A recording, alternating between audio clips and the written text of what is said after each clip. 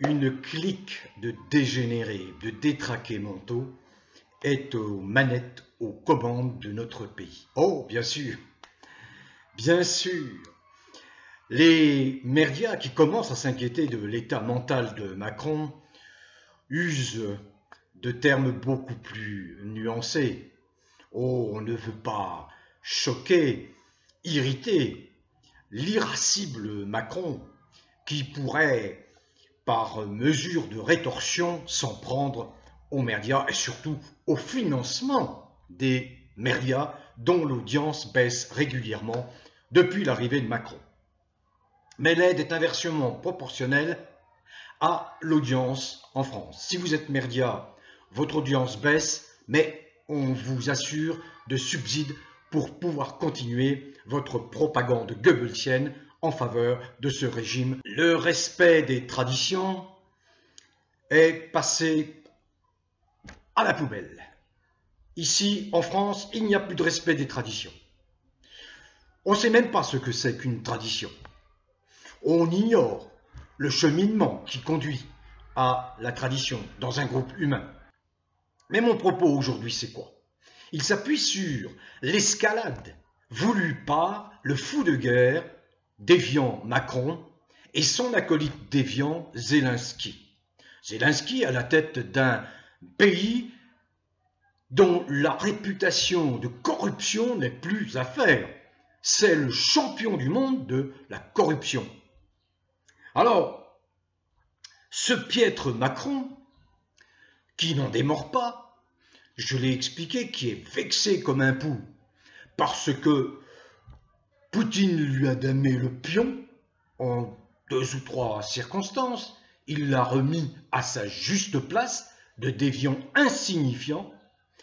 Macron n'en démord pas. Il veut absolument sa guerre et entraîner tous les pays européens dans la guerre frontale contre la Russie, en utilisant tout le potentiel militaire français, ce qui fait grincer des dents quelques généraux, j'en ai parlé dans ma précédente vidéo, pas uniquement le général Coustou, mais allez voir Place d'Armes, des généraux s'expriment et sont bien sûr très réticents pour certains à l'implication militaire de la France dans un conflit qui ne concerne absolument pas notre pays, qui intéresse uniquement la Russie et l'Ukraine, après que la Russie a été trompée, dupée par le non-respect des accords de Minsk.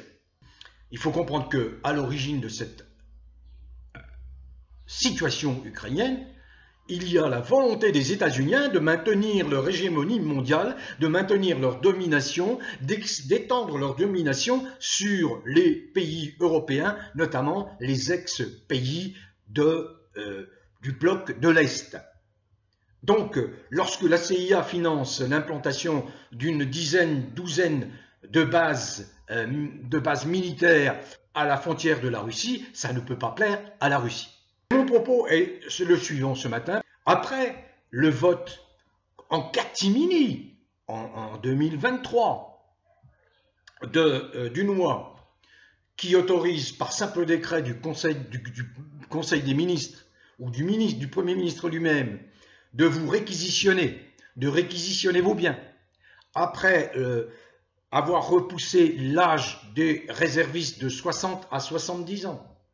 Aujourd'hui, que se passe-t-il? L'économie française est exsangue, mais Macron préfère déverser des milliards et des milliards d'euros plutôt que de soutenir l'économie française, de soutenir les plus défavorisés, de soutenir l'agriculture qui est essentielle à la vie économique de la France et je dirais qui permet de nourrir en grande partie la France. Et bien plutôt que de faire cela, le psychopathe pervers déviant a indiqué à son ministre des Finances, le très peu reluisant Le Maire, qui est plus habile à tenir une plume l'aidant à exprimer ses fantasmes pornographiques que de gérer en bon père de famille les finances de la France, il a enjoint le maire, et c'est ça l'information. Il a donc demandé, bien sûr ça se fait via un parlementaire affidé à la Macronie, et en l'état, c'est un républicain. On sait très bien que les 62 députés républicains sont le doigt sur la couture du pantalon, obéissent à Macron. Ah oui, parce qu'ils ont 2, 3, 4 des leurs. Ils ont le Darmanin qui est républicain, ils ont le Maire qui est républicain, hein, et qui coopèrent, collaborent, qui sont les complices très fidèles de Macron. Alors la nouvelle, elle est celle-ci, c'est qu'on va rester bien assis, parce que nous sommes des millions de concernés. Vous connaissez le livret A. Le livret A, c'est la possibilité pour les gens les plus modestes, aux revenus les plus modestes, de se constituer une épargne. Oh, qui est faiblement rémunérée, hein, il n'y a pas de spéculation, hein, sur le livret A. Un fameux sénateur, ils ne sont pas tous alloués, hein, je vous explique que moi, le Sénat, faut le virer. Bon, il y en a un qui sort largement du lot, c'est Alain Houpert, que je salue vraiment. Alain Houpert, le sénateur de Côte-d'Or.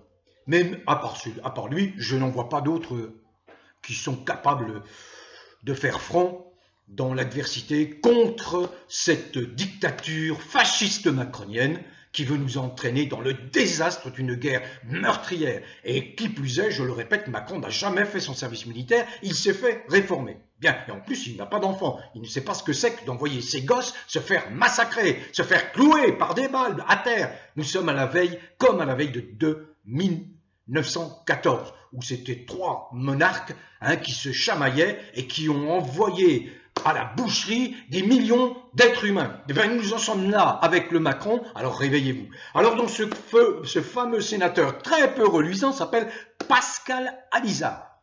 Pascal Alizard a déposé une proposition de loi visant à affecter une partie des ressources collectées par le livret A et le livret de développement durable et solidaire vers les entreprises de défense.